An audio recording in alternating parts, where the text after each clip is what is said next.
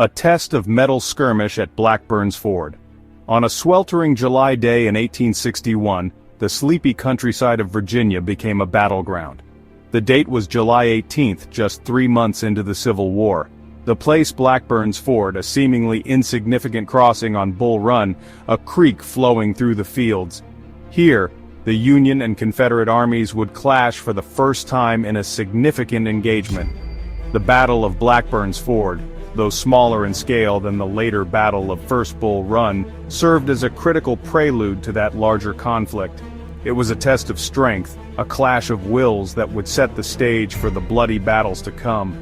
The outcome of this initial skirmish would have lasting ramifications, shaping the early course of the Civil War. The stakes Washington hangs in the balance.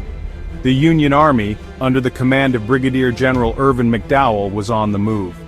Their objective, Richmond, Virginia, the Confederate capital, a mere 25 miles to the south. The capture of Richmond, it was believed, would deliver a swift and decisive blow to the Confederacy. Standing in their way was the Confederate Army, commanded by Brigadier General P.G.T. Beauregard. Confederate forces were dug in along the banks of Bull Run, a natural defensive line. Beauregard, a skilled tactician, understood the importance of holding this position. The fate of the Confederate capital, and perhaps the Confederacy itself, hung in the balance. Clash of iron artillery duel at the ford. McDowell, seeking to gauge the strength of the Confederate defenses, ordered a reconnaissance in force across Blackburn's Ford. The Union troops, led by Brigadier General Daniel Tyler, advanced cautiously towards the ford. They were met by a hail of Confederate artillery fire. The Confederate artillery, commanded by Colonel Nathan Shanks Evans, was well positioned and expertly handled. The Union assault was met with fierce resistance.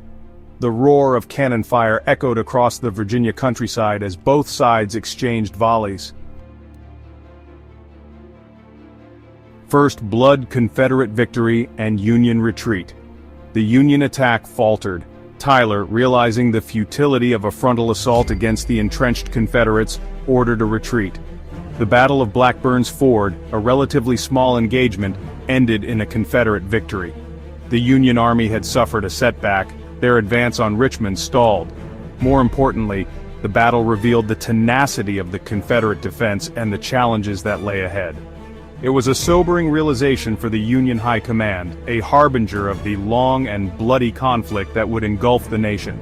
Subscribe to Short Fact Wizard for more Civil War battle history.